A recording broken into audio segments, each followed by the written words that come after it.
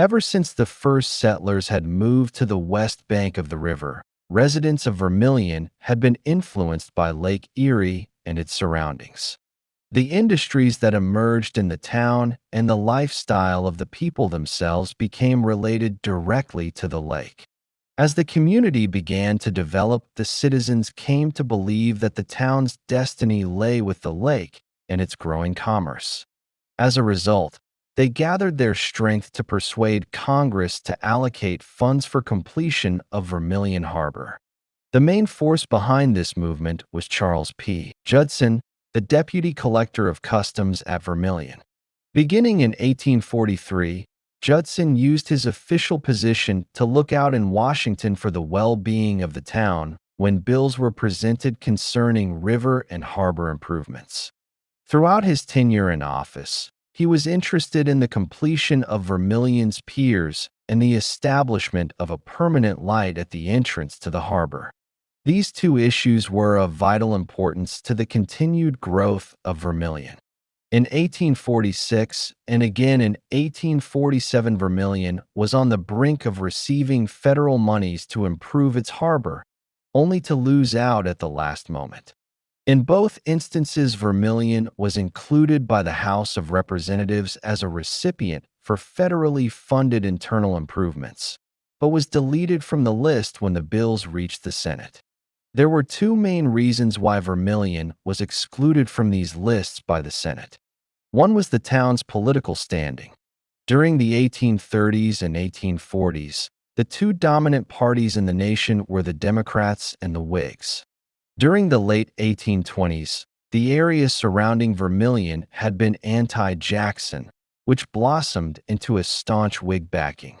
The New England influence of the area stymied Democratic efforts to gain ground in the area. This political position hurt Vermilion's chances for receiving federal funds. Representative Joseph M. Root, a Whig from Norwalk, could persuade the House to include Vermilion in appropriations bills, but no booster of the town could be found in the Senate. During this time, the state legislature of Ohio elected Democrats as senators who were violently opposed to granting political favors to their enemies. As a result, whenever it became necessary to slash the proposed federal budget, Vermilion's needs somehow received a low priority. Because of this unfortunate state of affairs in the Senate, the citizens of Vermilion were often compelled to spend their own time and money to make needed harbor improvements. They worked to extend the length of the piers from the river's mouth out into the lake, repaired damages to the docks, and kept the channel clear by dredging. Even though the citizens raised funds for these projects through subscription, the demands proved too costly, and it soon became apparent they could not be continued for a prolonged period on a private basis. An excellent example of the frustrations Vermilion went through in trying to improve its harbor facilities was the need for a harbor light or beacon. Beginning in 1838, the citizens of Vermilion personally furnished the necessary light for the harbor entrance. This was a very expensive venture for the townsmen to undertake. A bill which would have provided for construction of the light by the federal government in 1846 excluded Vermilion. The citizens were left with no other alternative than to continue maintaining their own beacon. In 1847, they began to build a suitable temporary light. The structure was 25 feet high and was placed on runners so that it could be moved easily when the pier was extended. Charles Judson designed and built the light, hoping that he would be reimbursed for his efforts by Congress. A bill allowing for payment of the light was passed by the House, but failed to pass in the Senate. Eventually, in 1847, the Lighthouse Board gave its consent to establish a lighthouse on the West Pier. This light, however, was severely damaged in a spring storm in 1854. No funds came from Washington to repair the light or to make other necessary repairs on the piers of the harbor. Entry to the harbor became increasingly dangerous as the powerful lake waves rushed through breaches in the piers which the citizens of Vermilion could not repair on their own.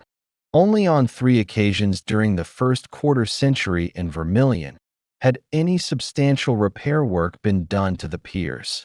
Thus, Vermilion was frustrated by the political climate in Washington that hurt the commercial aspirations of the town. The boom of the Golden Age could not survive if the transportation facilities of the town could not keep pace with the advances of competing cities along the lake shore. Behind the facade of a growing and prospering town were the makings of decline and lost hope for future greatness. Throughout the decades of the 40s and 50s, the citizens of Vermilion witnessed the further maturing and development of their town. The community lost most of its frontier appearance and took on one of a thriving small city. New stores and homes were built on the once vacant lots, and the community began to acquire a permanent look. The town began to grow as the original proprietors sold their real estate to immigrants who saw a promising future in the small northern Ohio community. The area of greatest development during this period was south of Liberty and north of South Streets, and east of Washington and west of Sandusky Streets. Small shops and general merchandising stores were built along Liberty Street. A second area of commercial concentration was adjacent to the public square. The buildings south of Columbus were largely residential. Many of the local businessmen and prominent citizens of the town built their homes here. Captain Josiah Pelton, a lake captain, built a house typical for the period in 1855 on South Street. The location of these buildings indicates that the center of town gradually was leaving its old boundaries along the west bank of the Vermilion River and was creeping south towards Liberty Street. One reason for the shift in the limits of the town was the availability of land. Another reason was the gradual encroachment of Lake Erie upon the town. When the first settlers came to the banks of the Vermilion River, they found a wide sand beach extending from the mouth of the river west along the entire length of the township. This beach soon began to give way to the action of the waves of Lake Erie. Within 5 decades, many acres of land had been swallowed up by the surging billows of the lake. When Horatio Perry built his brick house in 1821, he placed it 20 rods back from the lake road. But because of constant erosion, it had washed into the lake by the late 50s. Captain William Austin's house and the old log schoolhouse located at the end of Main Street shared a like fate. By 1860, many of the lots along the lake nearly were overrun by water. They tried to stop the advance of the lake by building barricades and hoped that the 2 parallel piers at the mouth of the river would solve the problem by reducing the momentum of the waves. All their efforts, however, were to no avail. Even though the lake threatened to engulf the northernmost sections of the town, Vermilion continued to expand. The community's greatest growth occurred between 1854 and 1860. The main factor involved in the rapid rise was the town's relative position as an important shipbuilding and commercial center. By the mid-1850s, shipbuilding had reached its peak in the lakeside community. This, along with the commerce of the town, influenced many people to settle in Vermilion. For the first time in the history of the town, newcomers owned more real estate than did the original owners. The 1840s and 1850s saw Vermilion take a giant leap forward in its search for greatness. The town's growing commerce and industries gave the local residents a ray of hope that the town was about to arrive at its long-awaited destination. Even though the community grew and prospered during these 2 decades, this sense of security was short-lived. The good times of the 40s and 50s began to disappear by 1870. The loss of the Vermilion and Ashland Railroad, constant rejection of harbor improvement plans by the federal government, and the removal of Alva Bradley and Ahira Cobb to Cleveland were sad omens of things to come. These events, which were responsible for ushering the lakeside community into a new and exciting golden age, were not lasting in their effect. Whenever the other lake ports took strides forward, Vermilion remained stationary. Throughout the following decades of the 19th century, the town's relative position as a commercial center on the Great Lakes went from one of importance to one of general obscurity and sleepiness.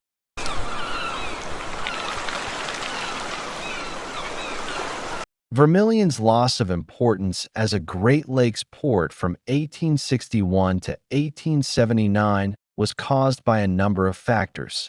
Among these was a loss of diversification in its industry and commerce. One of the town's important industries, iron ore, closed its doors in 1865. When local deposits of bog ore ran out, the foundry was forced to import iron ore from the upper reaches of the Great Lakes. The expense of carrying this raw material quickly proved too high for the company, and there was no alternative but to close. Also, the iron industry of Vermilion never financially recovered from a fire that swept through its furnace in 1859. The disaster destroyed the main building of the iron works and caused an estimated $18,000 worth of damage. Unfortunately, the building was insured for only $7,000. The presence of an east-west railroad and the lack of secondary stands of timber also seriously affected the town. The products and supplies that once were imported by water now were carried by rail. Thus, the increased importance of the railroad considerably reduced the amount of tonnage entering the town by water. By the 1870s, only lumber products from the upper reaches of the lakes were being imported through Vermilion in any sizable quantities. The railroad also had a negative effect on water exports from Vermilion. Over the years, the railroad began to encroach on the amount of commerce shipped by water. By the late 1870s, only block stone, sandstone, grindstones, lumber, and oak staves were shipped by lake from Vermilion Harbor. The fact that the forests surrounding the city were becoming exhausted by the 70s significantly reduced the number and quantity of lumber products being exported from the port. With the disappearance of the iron industry and a decline in commerce, stone quarrying, lumber, and fishing became the predominant industries of the town. During the decades of the 60s and 70s, the quarrying of stone emerged as the largest business enterprise of the town. Prominent among quarry operators of the period were Orange, Leonard and Company, Summers and Harteep, and Worthington and Sons. In 1870, the amount of building stone, sandstone, exported from Vermilion was immense. A local resident noted that from 12 to 14 cars were sent from the quarries to the docks in a day's time. Most of the stone came from quarries located 4 miles east of town and 3 miles west of town on the Cleveland and Toledo Railroad. Once the cut stone arrived at the docks, 8 to 10 steam derricks loaded it onto vessels. A local correspondent noted that Leonard and Company's steam derrick could handle up to 20 tons of stone at one time. Most of the building stone cut from the quarries surrounding Vermilion was shipped to Chicago and Buffalo. In 1873, the barge G.C. King took 700 tons of stone to the Windy City in a single trip. Because of the rapid growth of the city following its disastrous fire in 1871, there was a large demand for building stone in Chicago. The following year, a large amount of broken sandstone was shipped to Toledo for a large filter to make the water of the Maumee River drinkable. Some of the nation's finest cut stone passed over the docks along the Vermilion River. The second most important industry in the town was lumbering. Prior to 1861, a large quantity of forest products, such as staves, ship's timber, firewood, and furniture, was shipped from Vermilion. During the 1860s and 1870s, a shortage of suitable timber developed in the immediate area surrounding the town. This condition made it necessary for the lumber industry to import raw materials. Throughout the period, Large quantities of timber were hauled into Vermilion from the upper lakes to be manufactured into sash, doors, blinds, molding, dressed flooring, siding, and a variety of other lumber-related products. Fisher and Company was the largest dealer in the area for lumber, lath, shingles, and manufactured wood products. They also operated two scows, the American Eagle and the Quinby, in the lumber trade. The company's two-story frame mill stood on the eastern edge of town. It was equipped with the latest of planes and matching machines, and included a dockyard and a sidetrack leading to the railroad. By 1876, Fisher and Company had leased their lumber yard to Michigan parties who had sufficient capital to invest in the operation. Through this alliance, Vermilion, without necessary financial and natural resources of its own, maintained a flourishing lumber industry into the 20th century. Throughout the period of decline, fishing was Vermilion's third leading industry. The town's leading fish establishments were able to catch and sell large quantities of whitefish, herring, sheephead, sturgeon, and catfish. Caldwell and Daville and Laveau and Company were among the community's most prominent fish companies. In 1876, G.W. Laveau formed a partnership with W. McGraw, a leading merchant and capitalist from Grafton, Ohio. Within 2 years, they built a new two-story frame building, an ice house, a smokehouse, and a cooper shop, and developed into one of the largest fish packing firms on the lakes. Although the stone, lumber, and fishing industries continued to flourish throughout the 1860s and 1870s, shipbuilding declined in importance.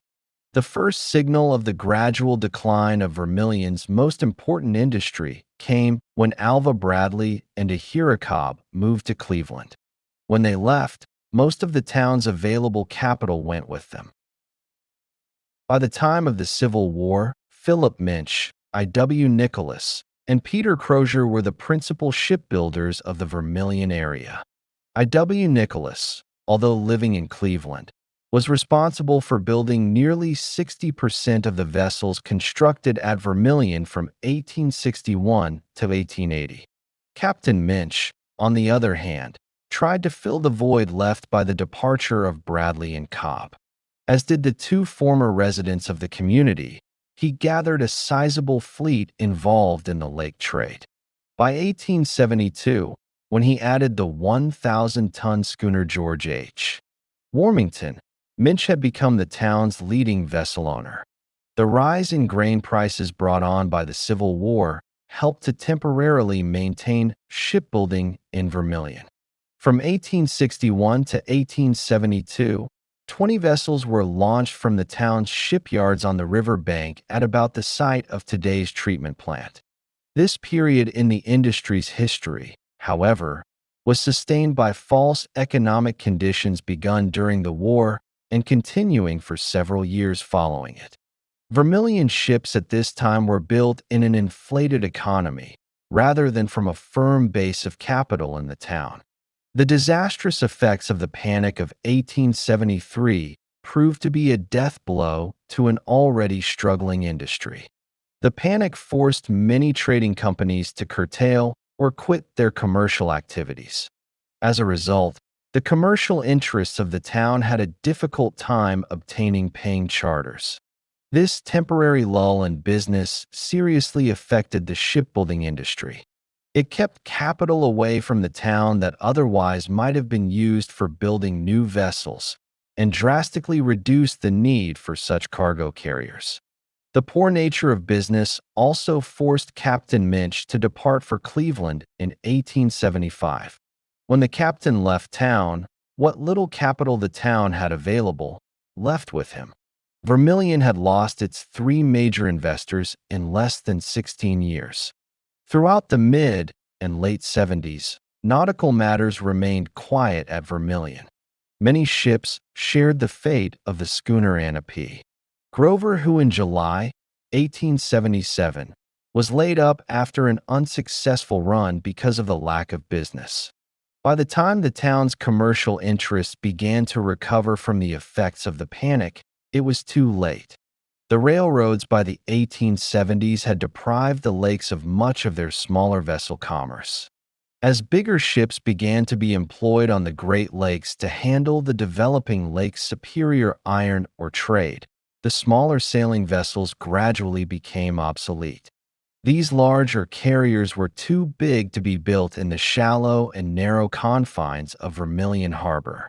Even if the harbor had been big enough, the town did not possess the necessary financial resources to build a vessel of the required size. The three-masted schooner Fred A. Morse, built at Vermilion in 1871, only cost $37,060, but larger ships proved too costly an undertaking for the local citizens. After 1879, only a handful of fish tugs and small pleasure craft were built along the west bank of the river. The failure of the iron industry and the large decrease in shipbuilding were losses to Vermilion's economy, which could not be made up by the comparatively small dealers of lumber, stone, and fishing. Unfortunately, a decline in industrial activity was not the only setback Vermilion experienced during the 7th and 8th decades of the century. After the failure of the Vermilion and Ashland Railroad, the town's only hope of becoming a major commercial center rested with its harbor. Unfortunately, one of the clearest indications of Vermilion's decline was the poor condition of its harbor. Spring storms in 1854 had done considerable damage to Vermilion's harbor. The Army Corps of Engineers made minor repairs to the outer end of the West Pier, but failed to mend the damage completely. For more than a decade, the harbor was rendered almost completely useless during times of strong winds and gales. Finally, in 1864, the Bureau of Topographical Engineers investigated the condition of Vermilion Harbor. An estimate of $42,856.61 was made for repairs. By 1865, however, government officials and legislators were of the opinion that Vermilion's commerce was of negligible volume to warrant such expenditures, particularly with the Civil War coming to an end. The rise in the stone trade in the early 1870s prompted the residents of Vermilion to once again petition Congress for funds for harbor improvements. Any money received was not intended for the old purpose of making repairs to the town's piers. In this case, shoal spots in the river near the inner end of the West Pier were the biggest problem. Because of the sandbars, vessels laden with the heavy stone could not leave the harbor without some assistance. The shallow depth of the river channel seriously threatened to impair the commerce of the town. In 1854, the deepest channel over the deposits at the entrance to the harbor was 8.5 feet. By 1865, the bar had risen 1.5 feet. This was a direct result of the breach in the East Pier. Sand continually entered the harbor channel and was deposited at the mouth of the river along with the silt carried by the stream itself. The Vermilion River simply lacked the great volume of water and velocity necessary to keep deposits from forming at its mouth. In 1872, the federal government answered the pleas of the local residents by ordering the Army engineers to dredge the river channel. This was the first time that Congress had allocated money for the local harbor needs. Prior to this time, the citizens of the community were solely responsible for removing any channel obstructions. While at the port, the engineers removed 2,215 cubic yards of rock and widened the channel to 60 feet with a depth of 11 feet at low water. Within a year, however, sandbars and deposits again began to form in the river channel and at the mouth of the river. In January, the citizens of Vermilion held a meeting to discuss their harbor interests. They decided to send Lewis Wells, a well-known and wealthy businessman, to Washington to represent their interests. While in Washington, Wells assumed much the same role played by Charles P. Judson a quarter of a century earlier.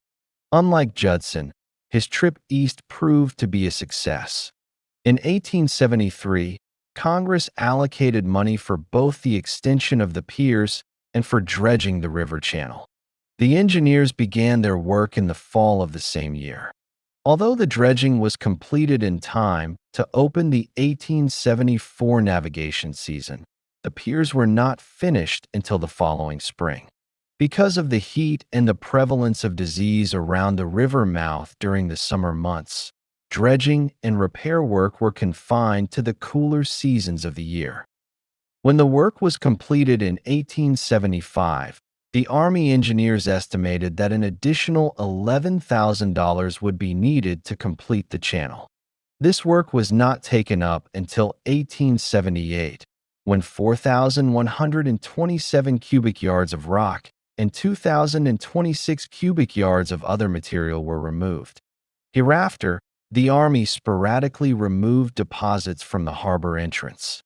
The failure of the government to keep the mouth of the river adequately dredged seriously hindered commercial aspirations. Because most of the commerce of the port was comprised of the lumber and stone trade, it was necessary that a deep channel be maintained at all times so that larger draft vessels could enter and leave the harbor without the threat of running aground. The government, however, was unable to respond to the vital need of the town. The relative importance of Vermilion Harbor to the government can be seen by examining the amount of funds appropriated by Congress for harbor improvements.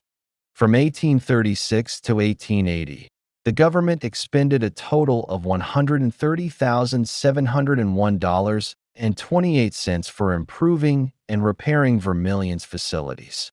Although this figure seems large, it is rather insignificant when compared to the figures of other ports such as Sandusky, Huron, Cleveland, and Ashtabula. In 1866 alone, Cleveland received $49,806 in federal funds, while Sandusky and Huron received over $30,000 each, and Ashtabula $24,708. These figures indicate that the federal government was willing to let commerce develop at Vermilion, but not to any great extent. The government engineers, from studying all the reports and surveys, understood the town's capabilities and limitations as a commercial center. As a result, the port's facilities were improved and repaired, but not so as to challenge her sister ports.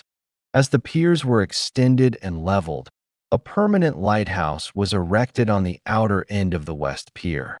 This iron structure, which was built in 1877, replaced the temporary beacon maintained by the natives since the 1850s.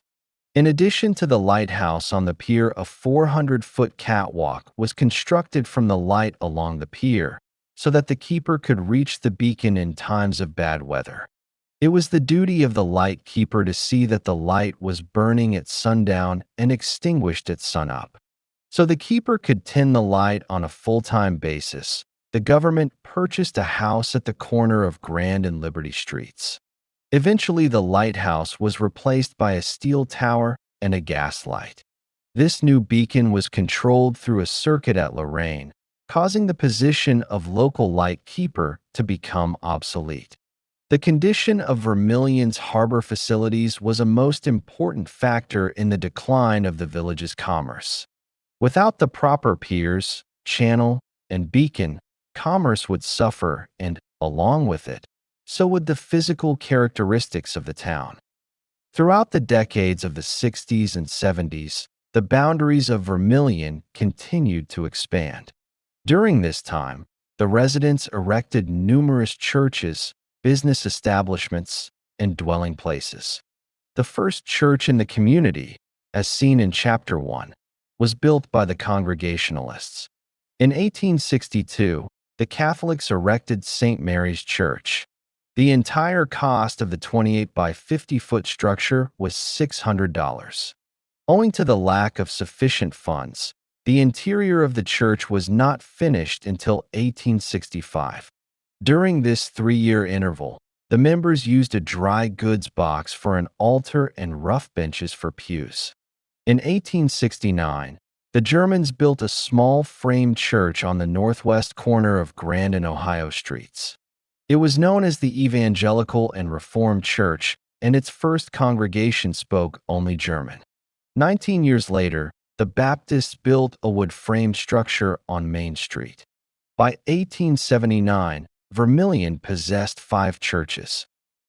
Spurred on by the promise of commercial activity along the river and harbor, many of the local citizens built and opened their own places of business. The town's business interests were marked by their diversification. They ranged from a singing school to a furniture, picture, and undertaking business.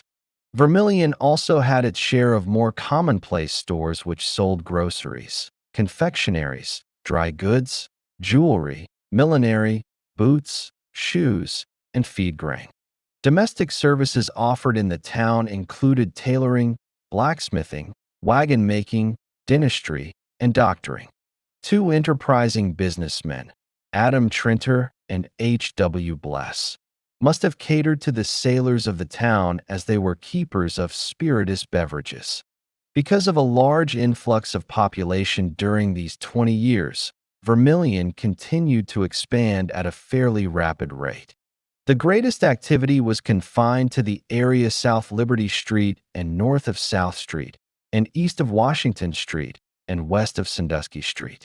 The structures along Liberty Street were primarily business-oriented, while the ones along South Street were largely residential. Vermilion's general business establishments were entrenched along Liberty Street and around Exchange Place. A second cluster of stores and shops was located in the area between Liberty Street and Columbus Street, and on Grand and Division. A doctor's office, the city jail, and a jewelry store stood at Rubberneck Park, or, more properly, Exchange Place. The commercial interests of the town were established along the Vermilion River. The shipyards were located at the eastern end of Huron and Ferry Streets. North of the shipyards, near the foot of the pier, was a lime kiln. Across from the kiln was a cooperage factory. Farther up the river, near Toledo Street, were the shipping docks, lumber yards, and sawmills. As Vermilion continued to grow and mature, the elected officials and citizens of the town became interested in improving the town's appearance and its educational facilities. In 1866, the city council resolved to enforce an ordinance to clear the town of cattle, pigs, geese, chickens, and all other kinds of domesticated animals. 7 years later, the citizens voted $12,000 for a new school building. It was a fine 2-story brick structure with modern furniture and 4 rooms. A large fire broke out in 1875, which changed the appearance of Vermilion. This blaze was responsible for destroying many of the town's older buildings. The fire broke out early one October morning. It was believed to have originated in a tinker's shop above a drugstore. The flames quickly engulfed adjoining buildings along Division Street and left a wide path of destruction in their wake. 17 more shops were engulfed, and extensive damage to the Lake House Hotel on the southeast corner of Liberty and Division. A variety of social activities offered the citizens of Vermilion a means of escape from the drudgery of everyday life. Throughout the winter, numerous balls, banquets, and masquerade parties were held in the town. Many lectures and concerts also were given during the winter months. The summer was filled with excursions and picnics.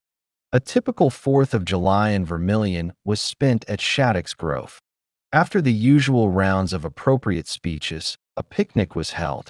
This festive event was followed by boating, dancing, and an assortment of games. Vessel launchings also were a time of much gaiety in Vermilion. After a vessel was launched, the local residents retired to the grove to celebrate the occasion.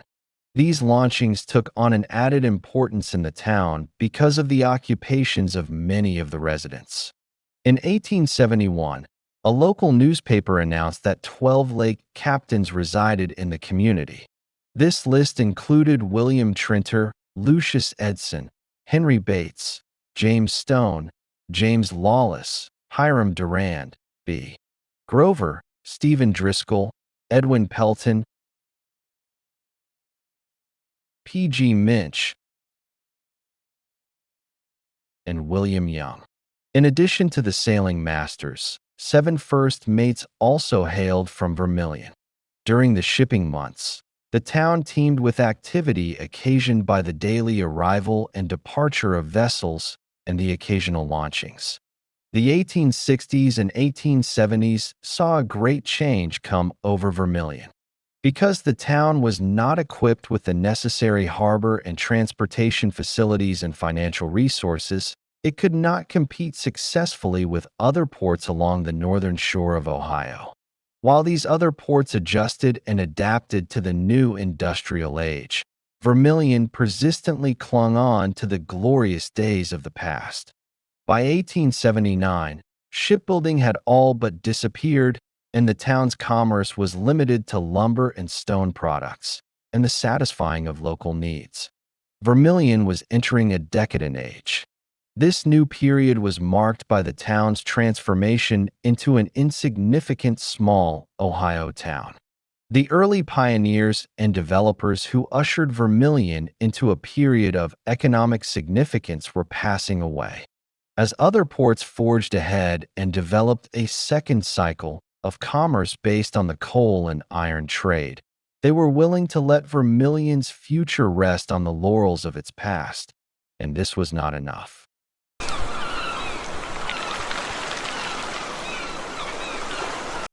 The failure of Vermilion to develop into a great commercial center on the Great Lakes can be attributed to the town's failure to evolve from its first cycle of lake commerce.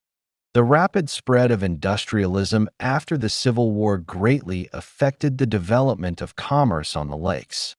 By the later 1870s, coal and iron had begun to supplant other commodities as the major cargo carried by lake vessels.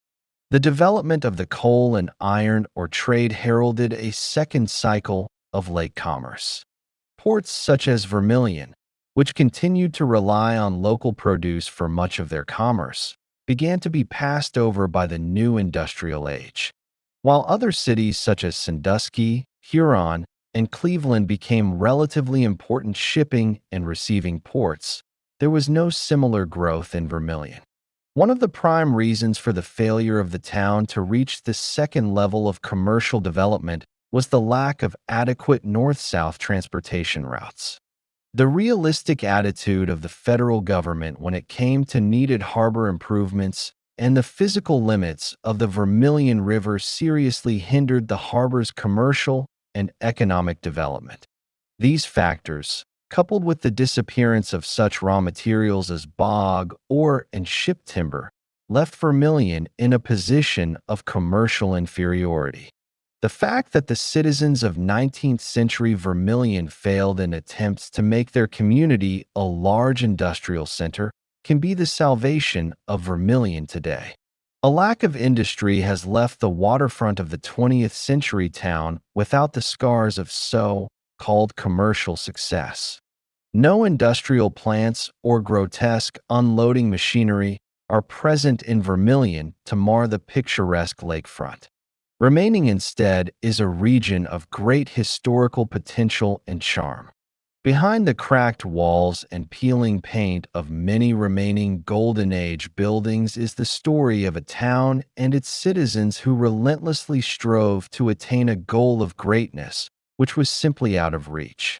Proper use of their failure, however, may hold the key to success for this and future generations of Vermilionites. A deep appreciation of Vermilion's rich heritage is embodied in a self-improvement program known as Harbor Town. The principal purpose of the plan is to restore Vermilion to what the town was like in the 1800s.